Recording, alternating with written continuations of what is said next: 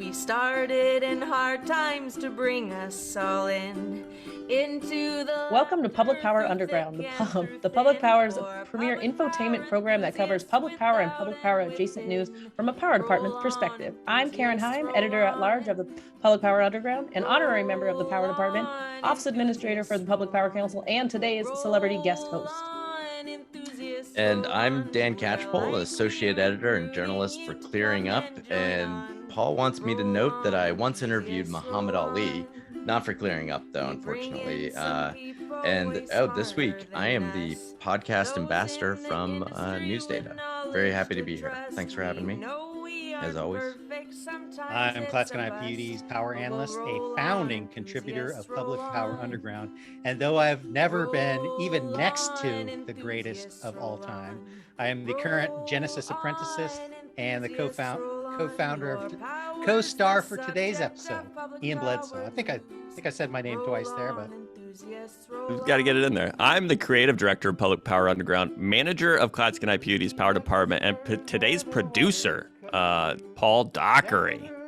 Dun, dun, dun, dun. Dun, dun. We should also note Dan did not get to interview Muhammad Ali for Public Power Underground. So. He didn't. Not yet. Yeah, that's unfortunate. He passed away long before this Didn't collaboration. Overlap. Yeah. But would have been a cool thing.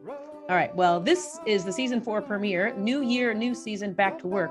But before we get started, let's take a quick word from our sponsor. Take it away, Paul. The presenting sponsor of Public Power Underground is the Energy Authority. The Energy Authority is a nonprofit energy portfolio management company. What do we mean by nonprofit? Well, TEA is owned by public power entities. That makes them more than just adjacent. They are as underground as it gets. They got that in there. They know who they're writing for in here.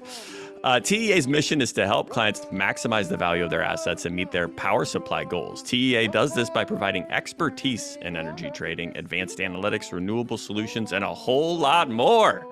Over 60 other public power utilities have partnered with TEA to tackle their energy future. So if you're looking for one of our own to partner with in navigating the uncertain future of our industry, visit TEAinc.org. That's TEAinc.org to learn more. Thanks, Paul. And thanks to our new sponsor, TEA, for coming on this journey with us. They knew it was going to be a journey, didn't they? They knew it was going to be a journey. Well, if they didn't, they do now. Yeah, they do now. We got some fans at TEA, so they kind of knew, I think. Yeah. Maybe not their comms folks. Maybe the word didn't spread that far. We're informed and very endearing. So if nothing else, which is very that endearing. Makes up for a lot. So. It does. We have got a great episode for you today where we try to cover some news that's come up since we last recorded in 2021.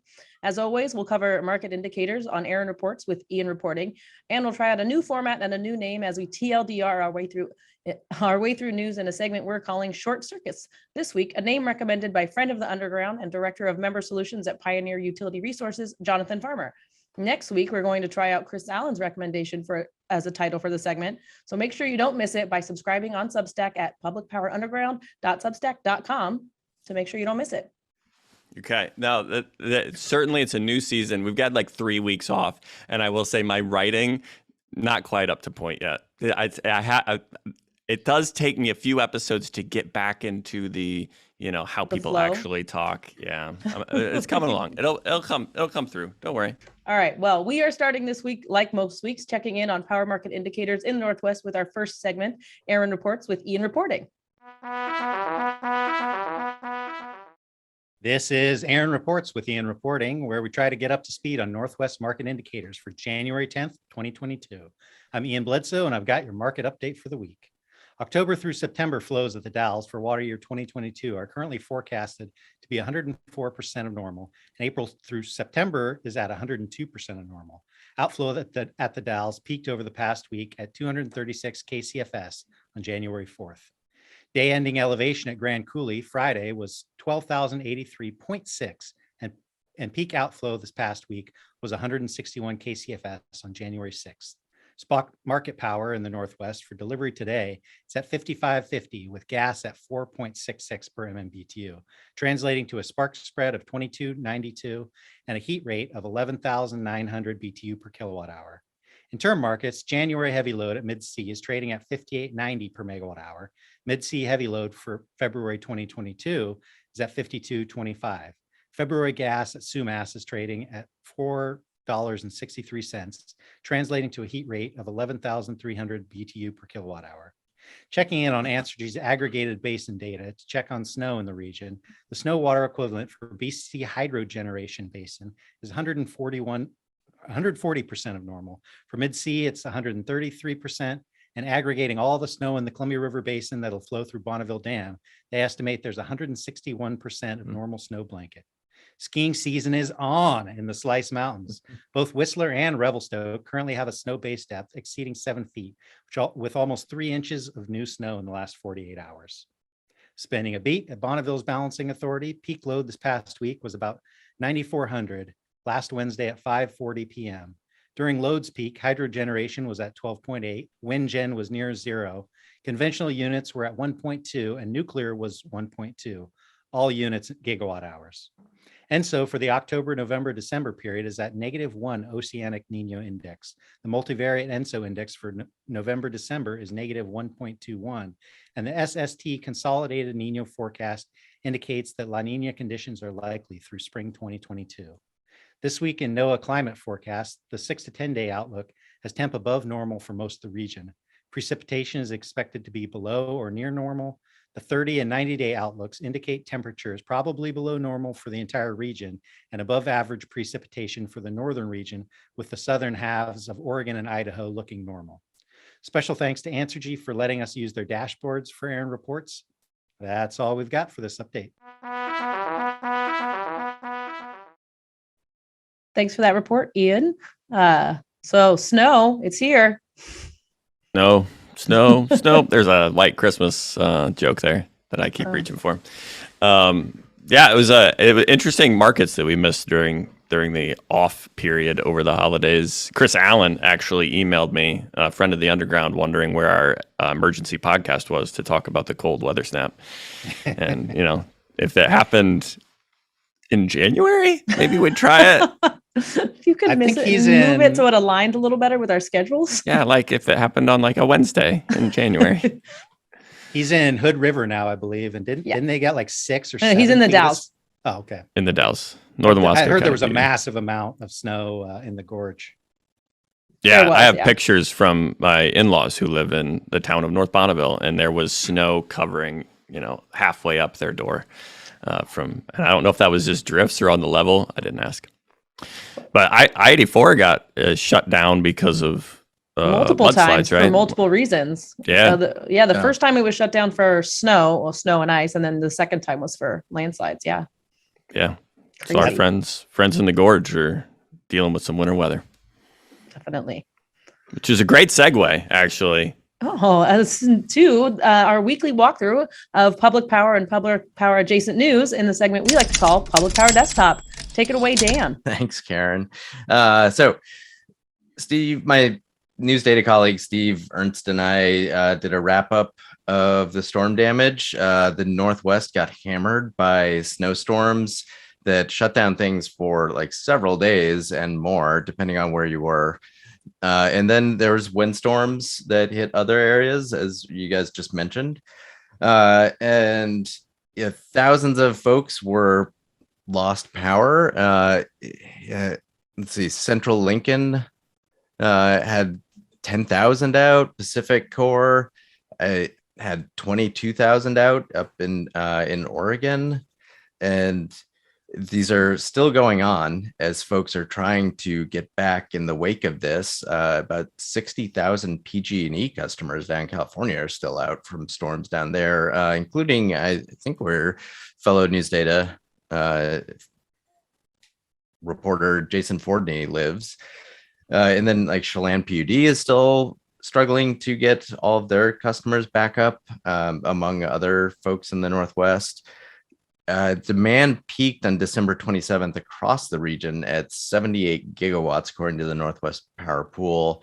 While that was high, it wasn't a new record for the winter, but we did see a lot of individual utilities set new records, including Snohomish County PD, Grant and Douglas, BC Hydro. And then the snowfall even shut down all the mountain passes, I think, certainly in Washington, I think down in Oregon too. And I haven't checked today. They were, I think, closed as of yesterday still. The good thing about this is the snowpack, as mentioned during Arin Reports, the snowpack is back above average, and across the Northwest, we've got above average water. We're expected to have an above average water year, which is a nice bit of news on the back of the drought that we've been struggling through. But that's not just, of course, because of a few winter storms. There's been sustained precipitation, above average sustained precipitation since October 1st, as another News Data colleague, Casey Mahaffey, reported in the latest issue of Clearing Up. I really liked in your article the conversation you had with the Northwest Power Pool to talk about whether there were power supply issues during what was a high peak event. The answer, it seems, from the power pool was no. We had sufficient power supply. Did you talk to them, Dan, or was that Steve? Steve talked to them. I will say one thing I heard, and I'm curious what you guys saw, actually, and I'd have to go back, look through my email to see who this exchange was with, but one of the PUDs, or one of the utilities, said there wasn't like a price spike, but there were points where the spot market was like around $100. And I'd have to go back and check what the timing was, but what did you guys see at Clatskanie? We were long and selling, so high right. prices. Was it a windfall for you guys? No, we don't use those types of words. What are you doing, Dan? Trying to catch us? It allowed us to provide a lot of value to our customers. No, one of the interesting things that, the December 27th, the big demand day was on December 28th. And you went into scheduling for that on like a Thursday, scheduling for a Monday, and you ended up having that weekend pricing, which when you're every time in a bilateral market like we're in, where your day ahead schedulers are scheduling like 3 or 4 days in advance, you see some additional conservatism in what that pricing was, and we experienced that in the forward power in the day ahead scheduling as well. But ultimately, the markets were pretty liquid. There's resources people were trading. Which Park mentioned from the Northwest Power Pool mentioned in his conversation with Steve. Yeah, but or actually no, I'm sorry. He talked to California Energy Markets, probably Jason. I'm not sure. Public Power Underground listeners, I'm curious if you guys saw anything interesting going on with your supply. I don't know, just anything interesting in the greater system that folks saw, or if they have any thoughts about implications of the storm, lessons we can learn. Please reach out to me or whoever at Clearing Up, because this is one of those things that I don't know what people saw, and I right now, like I said, I got hit with this flood of other stuff that is going to take up my attention this week, so I don't really have bandwidth to go around combing my sources for this. So please, if you saw anything interesting, hit me up. You can find my contact info on our website. Yes, you can, or find them at Catchpole. Catchpole? On Twitter. I can never remember, actually. I should know my own Twitter I think handle. it's Catchpole. Is it Catchpole? I think so. I think somebody is taking Catchpole. I mean, I set it up, but it's okay. That sounds right. I do the best I can. You do great.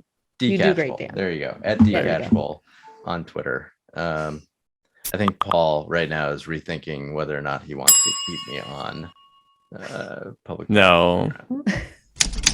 I hit the wrong one there. Sorry, Sarah. Get the right one in there. Okay. All right. We're going to move on to our next one. And Paul, you are up. I am up already. Holy cow. BPA has funded the Columbia Land Trust to purchase a 532-acre piece of land in Clatskanie to hold as a conservation easement. A restoration project is also proposed at the site that would restore the land to freshwater wetland habitat for Columbian white-tailed deer. The land acquisition is part of Bonneville's Fish and Wildlife Program and supports the agency's ongoing effort to mitigate the effects of the federal Columbia River power system.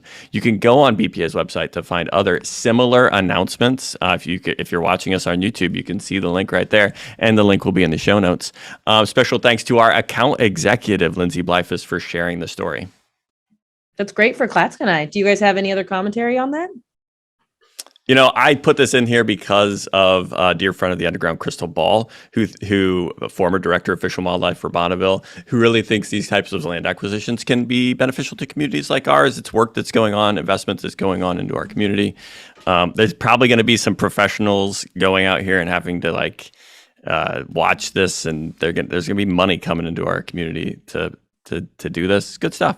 And it happens, like there's all sorts of them happening and across the region every year. I didn't actually know. I didn't pay close enough attention to this before actually Lindsay sent me this article, or Crystal Ball mentioned it in prior interviews with Public Power Underground.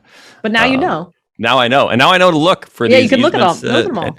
And there's also like fish restoration projects that they do, the land management stuff, all sorts of different investments Bonneville does in the Fish and Wildlife Program, which is what our program costs are going to. And, to really bring this back around, Crystal Ball emphasized that the Fish and Wildlife Program costs are not a big inflationary risk in the post-2028 contract.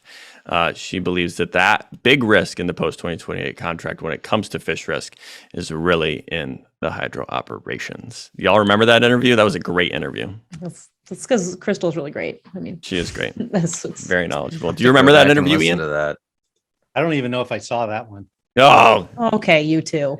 Ian only listens to the ones. I don't know that he actually goes back and listens after that, because it may have been one he was actually hosting. Oh, I was going to be like, he only listens to the one he hosts, but maybe that's also not true. Those are the ones I'm least likely to listen to. He was like, I lived through that. I did it once. Once is enough. Yeah, I actually find these I didn't just do it for Crystal. I think it's good to know what's going on in your community. Oh, especially and I just pass that along to KC, so she can follow up on it. She's always on top of that stuff in fish and wildlife, the fish and wildlife world.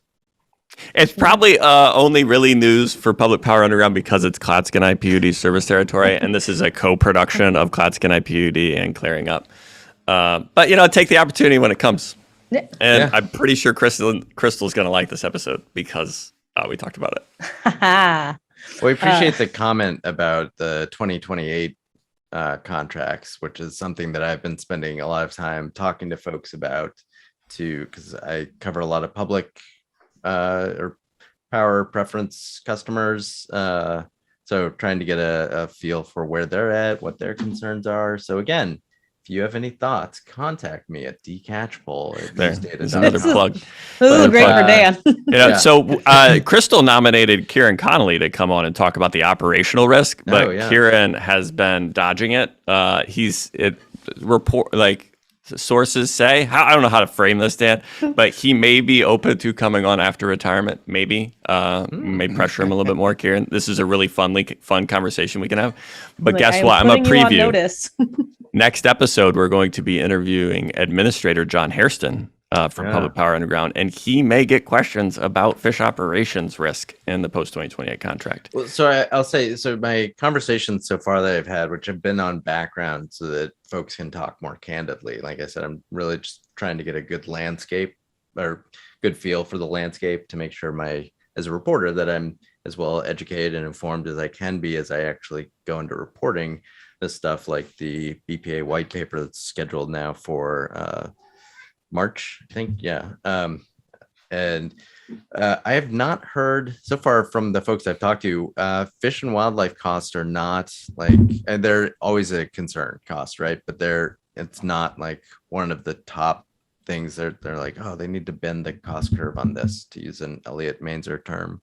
So I think they're feeling, what I'm hearing is a bit more confidence from customers, BPA customers, about Bonneville's management of those costs. I would wonder what our PPC insider has to say about that commentary, but maybe we can't say here in this forum. I didn't say they're without not Irene. worried. Yeah, So maybe I'll have to consult my general counsel about that. Yeah, maybe on background, PPC could provide something to Dan. To provide. We could chat with Dan. I think I can find him at Catchpole Yes, you on can. Twitter. Yeah. You There you can tag go. him in a tweet. Irene, you can tag him in a tweet. Is Irene on Twitter, you think? I don't believe she is. I don't but believe that's not really get your it vibe. started. There you It's go. not We'll really do your that. vibe. Yep. All right, Paul, typewriter. We're moving on to our next one. Ian, you are up. Chevrolet has joined Rivian, Ford, GMC, and Tesla in plans to release an EV pickup truck. The 2024 Chevy Silverado EV will feature up to 400 miles of range, 664 horsepower, and up to 10,000 pounds of towing capacity, based on the RST model, which retails for $105,000. If you don't have a truckload of cash to drop on an EV truck, the base model WT work truck will retail for $40,000. with more modest performance and fewer bells and whistles, presumably. So does RST stand for really special truck then? Is that what it is? I didn't look into that, but I think that's a really good guess. I think that's probably what they went with at Chevy. What's up with this? Because like the Rivian's the R1T. What's up with the I don't get the R for a truck. I'm missing something.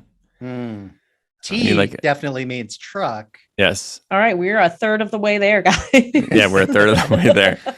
I am wondering if the work truck is going to have roll-up windows, the window cranks, because I believe that every work truck should have window cranks. And no radios, lest your employees waste time on such frivolous things.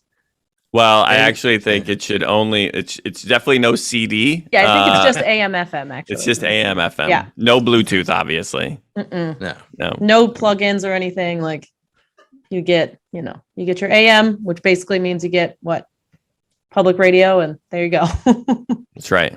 Crank Aaron, windows. I know you're wondering, but that the body is not actually based on the Chevrolet Avalanche, despite. Yes, I was wondering that. Similar. It really, they kind of recycled it there. I mean, it's actually not even manufactured in the same factory as the internal combustion engine version of the Silverado.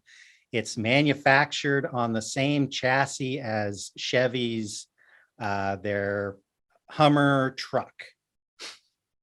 Yep. So it's a narrower chassis from what I read. Do you read that too, Ian? It's a little bit narrower than the Hummer. I didn't read the whole article. So holy cow, Ian, you can't admit that.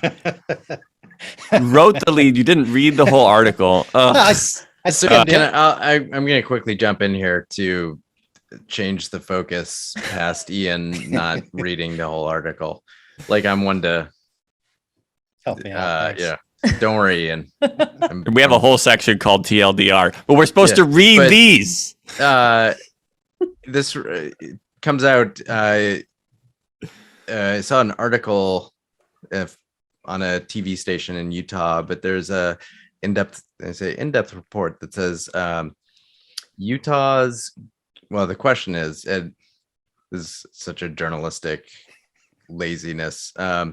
When you have a question in a headline, can Utah's power grid keep up with EV growth?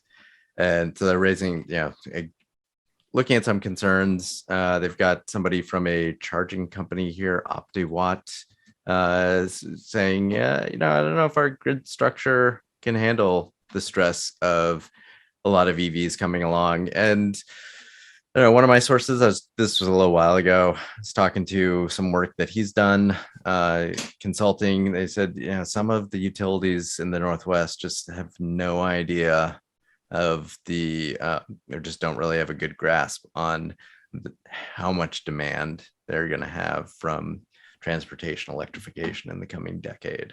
And it certainly seems to be something that really is only set to pick up speed.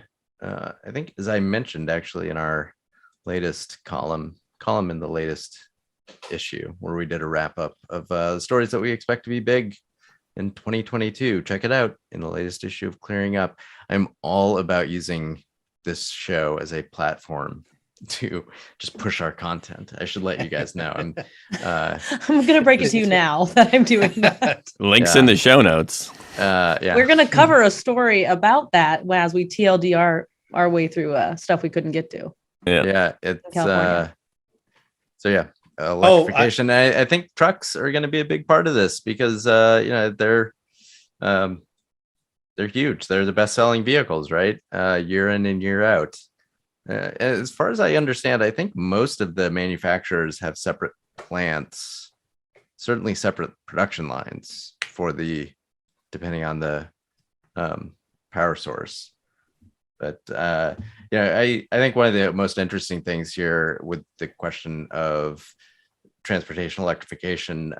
Well, first, side note, I will say I think electrification of pickups is the biggest, most significant development in transportation electrification. One, because of their popularity, but two, how it just totally changes the dynamic of, in as much as EVs have been caught up to a degree in our cultural partisanship in this country, where it's like, oh, EVs, those are a thing that effete liberals on the coast drive, versus here it's like, no, wow, you've got a truck that's being electrified and you can back up your home when the power's out, and they've got better torque than their internal combustion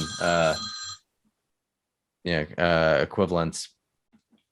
So I think that's really fascinating, just how that's going to change the dynamic of transportation electrification in the coming years. And the other thing I'm curious to hear what your guys' thoughts are is I think there's going to be like a race on which is going to be the bigger driver in EV adoption: public policy and incentives, or just manufacturers saying, you know what, we don't want to be producing two different cars, so we are going to increasingly focus and drive the market choices towards electric vehicles.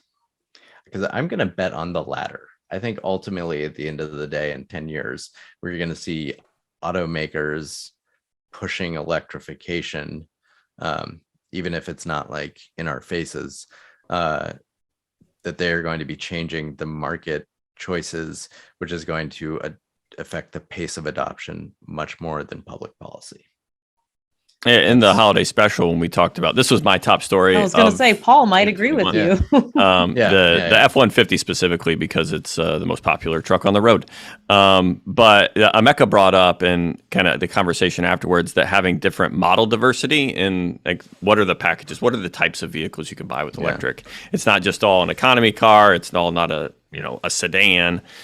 Now you have SUVs, you have trucks. You can fit better to your lifestyle.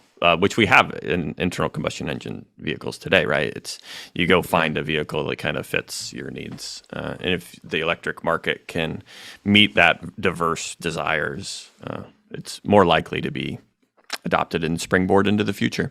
And to go back to, transportation electrification, I don't know that we actually have this built into our models adequately yet for how much that is going to impact our load growth in the region and in the country. That's hopeful. In the actual vehicle article, the kicker that Ian didn't read because he didn't read the whole thing is that it's got a 240 volt outlet in the bed of the truck, so you can plug in another electric vehicle. This is vehicle to vehicle charging right here. Go jump your buddy. I like the part where it's like, provided you have the right cable. They're Exactly. like, oh, This you're guy going to does. need an adapter for that. This guy does. Yeah. Electric vehicle charging. It's just an outlet cord.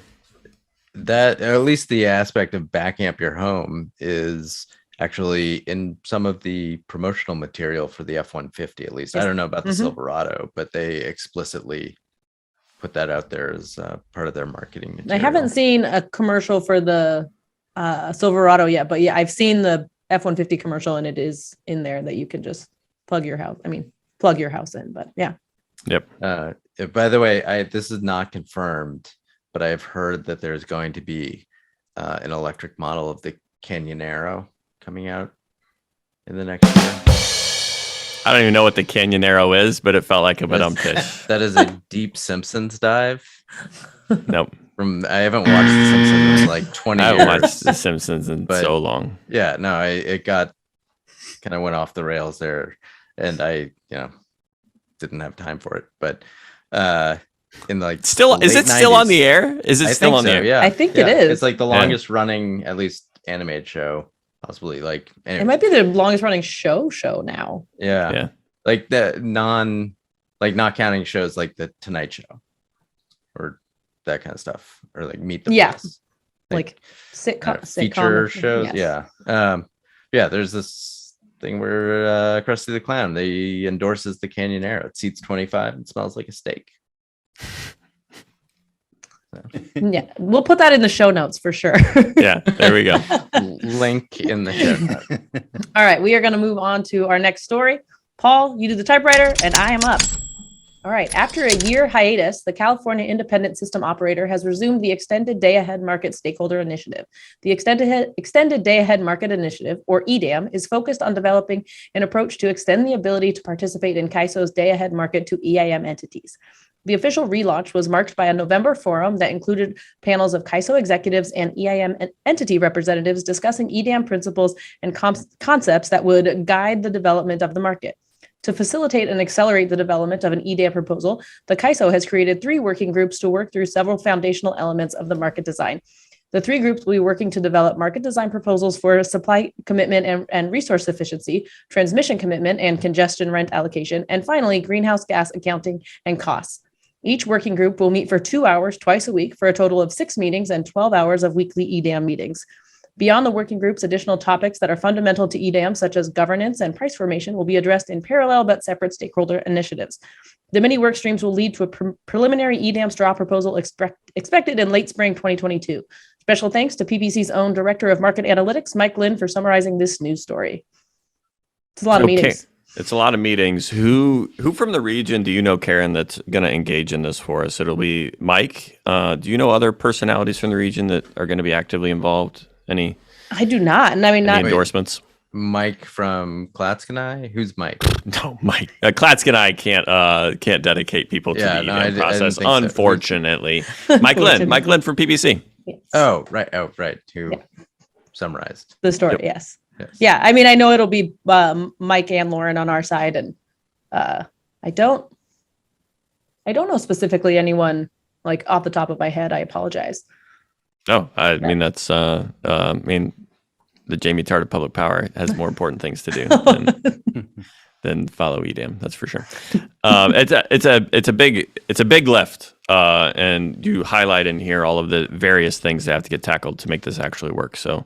I hope wish Mike all the success, and look forward to him continuing to summarize these stories Good for luck us. And April 15th is the proposed date for a straw proposal, and comments on that in May. Yep. So we got a lot to look forward to this spring. It's gonna be busy. It's gonna be a very busy spring. Yeah, it is. Any other insights on this, Ian or Dan? I don't have Ian, I don't have an insight. I've got a question. So, Ian, if you've got an insight. Nope, I'm just watching and waiting. Yeah, it'll be interesting. So even though I made a prediction earlier, as a journalist, I try not to make predictions. So I'm going to punt this one to you guys. I'm curious. And I feel like if there's any time to make a prediction, it's in the New Year's first episode of the new season, new year. How long until the Northwest is part of an organized market? I'm not going to prognosticate that. I'm sorry. I think it's very interesting on like what organized market, like SPP's Market Plus, that's initiatives going on, EDAM's going on. And what type, do you mean an RTO, like a full regional transmission organization, or just some enhancement to the energy imbalance market, like a day ahead type of thing? Prognostication. Beyond more than day ahead, though, a full organized market, or of some sort.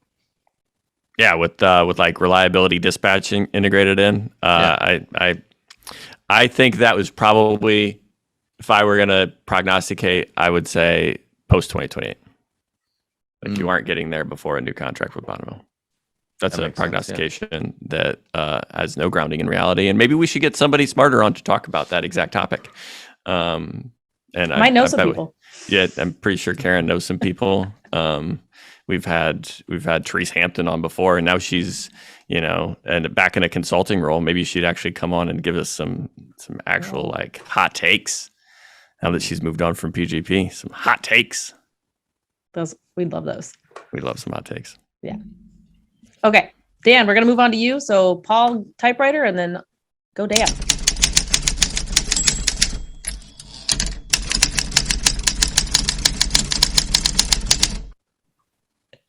So PG&E this year wants to drop a whole mess load of containers with solar arrays attached to them around California to set up about 20 microgrids or remote grids, I guess as they're calling them. So that will allow the utility to take out distribution lines, hopefully reducing wildfire dangers, and to these remote communities also provide greater reliability, resiliency in the face of wildfires and snowstorms. So providing the containerized systems, I forget what they called them, the containers with solar panel arrays is a let's see, what are they called? I had the name in there, Box Power, I believe. Yeah, Box Power, based out of Grass Valley, California, where News Data colleague Jason Fordney lives. And another area that got hit hard by all the snowfall. A place where Jason Fordney got stranded during the most recent winter snowstorm. An excellent article that is currently in California energy markets. Shout out to Jason for braving the storm in the Sierra Nevadas. And apparently it sounded like going off on a string of curses about his snowplow that was not doing the job. It was not plowing from what not plowing his quarter-mile driveway. Yeah. And it sounds like he just let off a string of expletives in front of his daughter, her retort was, "Dad, this is supposed to be fun." It's all just fun, Dad. Yeah, it's all just we all fun. have children who do. Snowfall. Yeah, when the snow's out, go play. Yep. That's the only thing to do. Yeah. I mean, as he said, he had to plow the driveway or nobody was going to get in until the spring. But so PG&E, they're going to be setting up these microgrids. Some community choice aggregators are partnering up with them, including Sonoma Clean Power in Sonoma and Mendocino counties, which they hope to have. Sonoma Clean Power hopes to have its first remote grid microgrid up by the end of the year. So PG&E set up their first one in the wake of the 2019 Bryceburg fire, which took out a distribution line running through a high fire danger area to Bryceburg, California, serving all of 5 customers, which wildfire danger aside, I just would think cost. I don't know the cost of these container systems, but definitely have to think there's some cost benefit, maybe potential upside with taking out the distribution line, installing the microgrid. One thing, so this article comes from, it was on RTO, right? Insider. RTO Insider, something I did not know about until a conversation with Humaira last week. I'm embarrassed that I did not know about RTO you work Insider. In this industry, right? I do. I work in this do you industry. Write about news stories sometimes? RTO Insider, it's like nobody was like kind enough to share with me, hey, there's this great news source. You should sign up for some newsletters. I think, well, you're so well informed and so on top of things. I think probably everybody just assumed that you know about it. Don't assume I know things. Unlike many of my comments on this show, I mean that very sincerely and not sarcastically. Okay, sure you do. Sure you do. So one thing I wanted to go follow up on that I did not understand is it says in the story that the system is expected to be 89%, is expected to provide 89% renewable energy per year, or up to 89%. So if they're taking out the distribution lines, where are they getting non-renewable energy from. Come on, man. Read this is they actually have a propane generator on site. So part of the box is like it's the control configuration, right? all of I missed that part. The microgrid, and then you got solar panels, and then you have a propane generator. That makes sense because I mean, hey, as they always say, sometimes the sun ain't shining like at night. Yeah.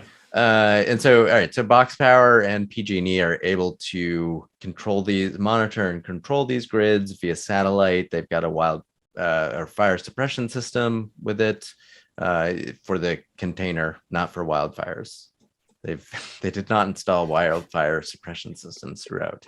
Thank you for that clarification. Yeah, well, the devil's in the details, right? It is in the details. So, interesting developments. I find microgrids always fascinating, and something that we will be talking about more and more. I think especially some of the work, not PG&E. No, well, not to say that they aren't doing interesting work, but in addition to PG&E, the Northwest's very own PGE, Portland General Electric, has been doing some interesting work with microgrids to set up and look at, I think, providing more resiliency. So not just reliability across the system, but focusing on prioritizing resiliency among parts of the grid.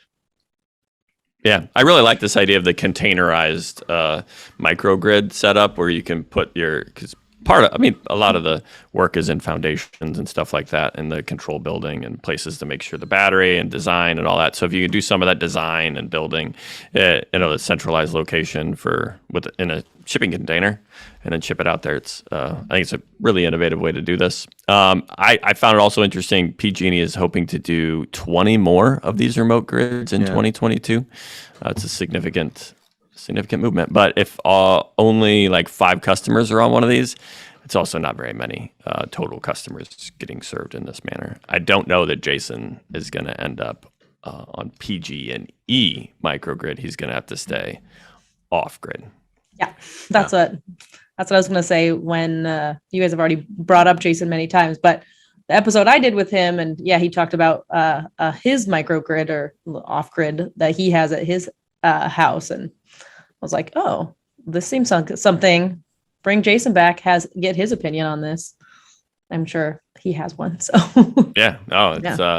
he continue to have that conversation with him. Ian, they talk in here about the capital, they expect to save on the levelized cost of energy over the life of, instead of installing a distribution line. Did you do any back of envelope calculations on how much you think this actual system actually costs, if it's going to end up being about the same, maybe a little bit less? Was that question for me?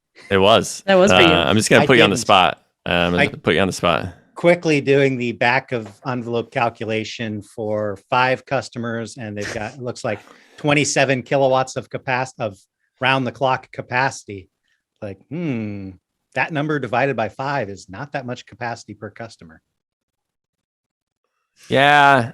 It is. I was trying to go through the numbers, and it is not like it probably does limit the home's service. Like, it's not like you can have a whole bunch. You probably can't have an EV actually. Nobody's charging an EV. I was going to say, there will be no crypto being mined at this location. No crypto mining.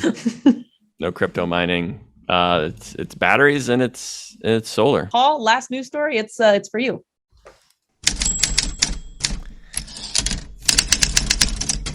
Think about having to explain to your kid or a parent tell their child where Santa goes in the summer because the Arctic summer ice cap is gone.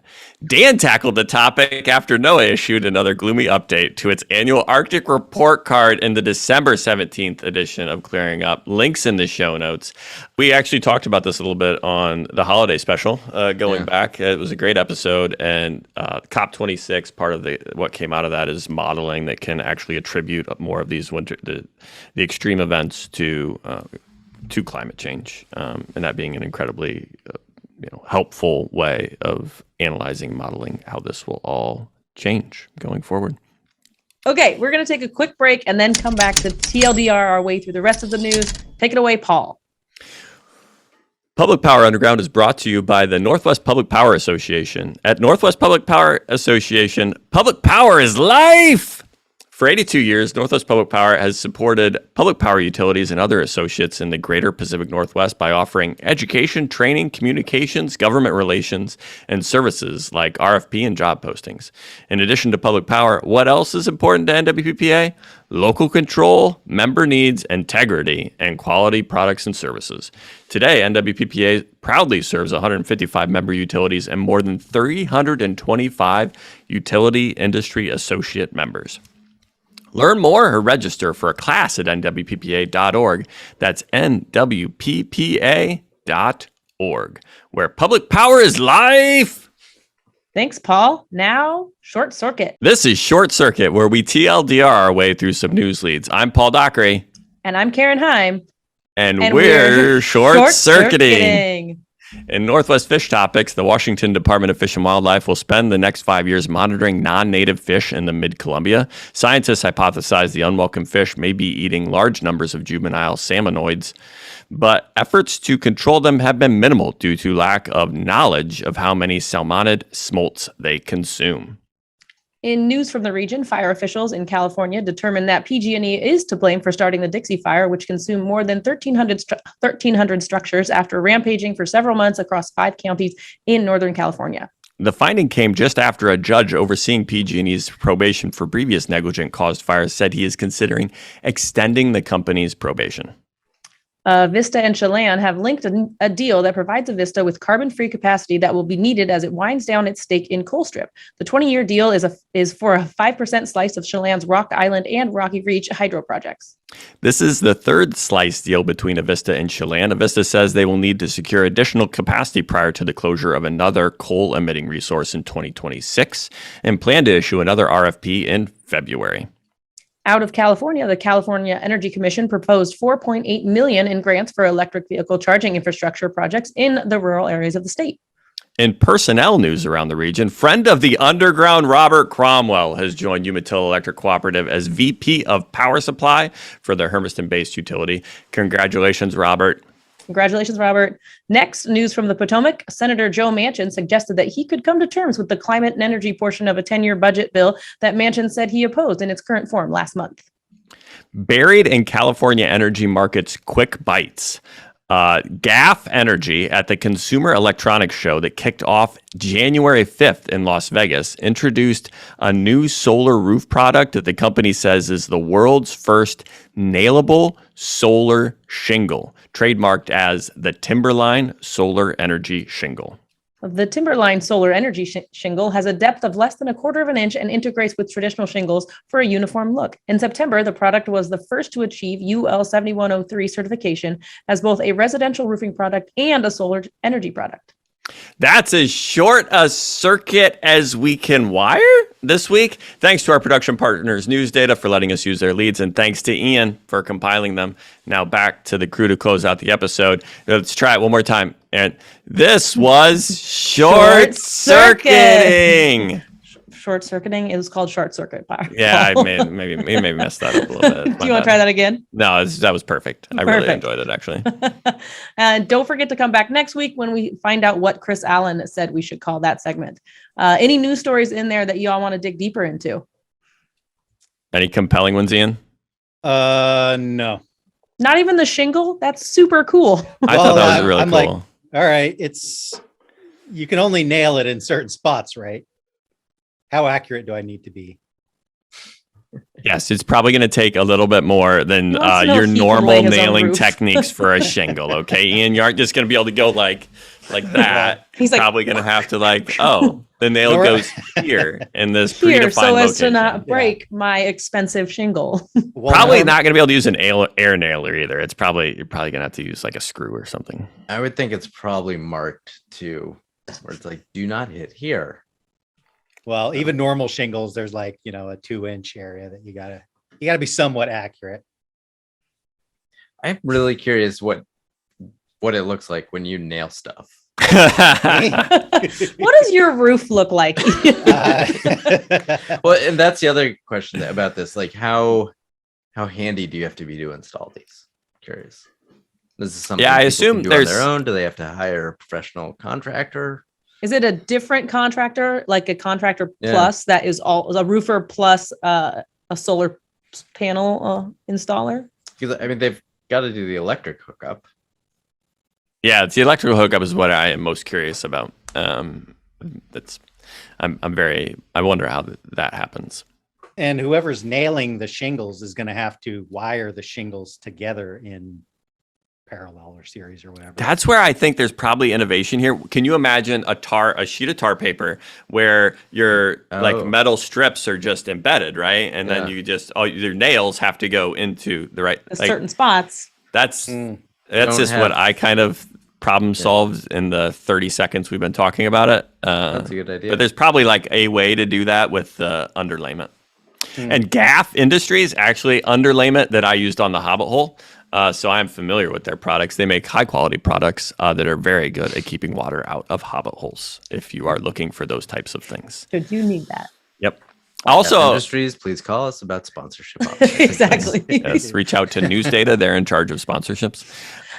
Also, Robert Cromwell is very exciting. They are a load following customer with a lot of tier 2 obligation, and he's going to be responsible for procuring power supply and an entirely new power department. It's going to be fun. He's going to hire some people. Robert's good people. Very You exciting. may want to go work for him. He's good people. I kind of want to get him back on the Public Power Underground. Maybe we'll try that. Bring it back. Bring him back. Okay, Wait, that's all the in new. Oh, go ahead. Harding, can I just add 2 things that came across my transom right before we went to record? This is a great spot for it. Short to ground. Or this what is did we very go? short Short to ground. circuit. I'm just doing Short circuit. headlines from Oregon Public Broadcasting. They've got a story: U.S. greenhouse gas emissions jumped in 2022. Not great, but also headline from the Energy Information Administration: solar power will account for nearly half of new U.S. electric generating capacity in 2022, per their forecast. Interesting. Wow. That was the right spot for it. Thanks, That was Dan. great. Very short to ground. Very short circuit. We'll get there one of these times. Very that's- TLDR. Yeah, exactly. That's all the news we're covering this week. Our next episode will be recorded January 24th and published on January 27th. It will include, as Paul already previewed, an exclusive interview with BPA Administrator John Harrison. To make sure you don't miss it, you can sign up for an unintrusive newsletter with links to all the ways to consume this fascinating content at publicpowerunderground.substack.com. Otherwise, you can subscribe on YouTube, Spotify, Apple Podcast, or your favorite podcast app. Thanks, Dan, for joining us. Thanks, Ian, and thanks, Paul. You are all valued and appreciated. So are you, Karen. Oh, thank you. Very valued. Appreciate it. Likewise. All right. Found out the answer to a very important question. RST means Rally Sport Truck. Rally Sport Truck. Okay. At As least that's- previously stated, we were a third of the way there. So, but I like my really special truck better. So, Okay, well, Really spendy truck. Oh, R1 that's a good one too, Dan. R1T, it must be the Rivian 1T truck. R1T is the Rivian, right? Yeah. It must be the like Rivian version 1. Maybe they'll have anyway. Anyways, okay. As always, send any news, questions, opinions, corrections, or complaints to Paul on Twitter at a power manager. Or if you're a friend of the Underground or have compliments and well wishes, you can send any of us a note. You don't have to be subscribed to News Data to get this podcast, but it sure makes a lot more sense if you do. That's all for this week. Thanks for tuning in. Roll on, enthusiasts, roll on. Roll on, enthusiasts, roll on. We're likely recruiting you to come and join on. Roll on, enthusiasts, roll on. Public Power Underground is a production of Clatskanie PUD and News Data. The views expressed here are our own and not the official views of Clatskanie PUD, News Data, or the organizations of the guests also appearing on Public Power Underground. Public Power Underground is public power and public power adjacent news from a power department's perspective. It's written and directed by Clatskanie PUD's Power Department, led by me, Paul Dockery, and it's edited and published by the stellar team at Pioneer Utility Resources, led by associate producer Sarah Wooden. Our theme song, Roll On Enthusiast, was rewritten, performed, and recorded by Aaron Guillory and Ian Bledsoe. Public Power Underground for electric utility enthusiasts. Public Power Underground, where you're valued and appreciated.